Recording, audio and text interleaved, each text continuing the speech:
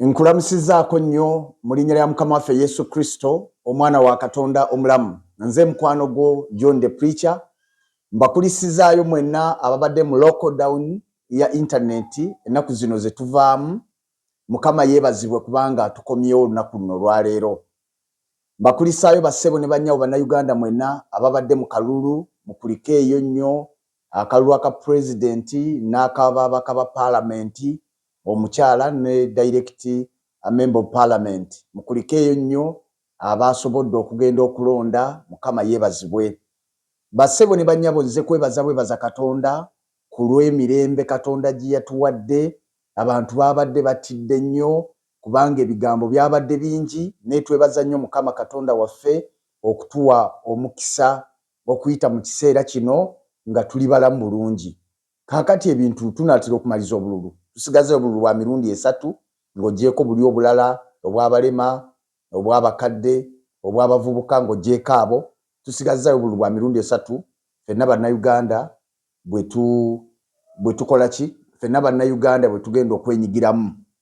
Tusigazzaayo akalulu akanga nga mmeka? Nga 22, akanga 27, ndowooza nenga 4. Tusigazzaayo obululu butono buggwe, ebyobufuzi biggwe, tuddemu ate tukole emirimu. N'olwekyo bannayuganda mbeebaza nnyo okukuuma emirembe gye nzize nkaabirira, kye nzize mbaga nti mukuume eddembe.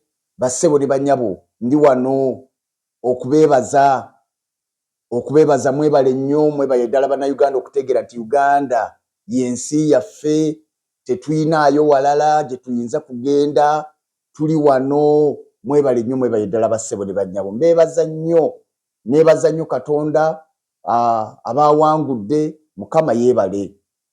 Be baawangudde kaŋŋambe nti era Mukama yeebale kubanga Katonda kwe kusalawo kwe.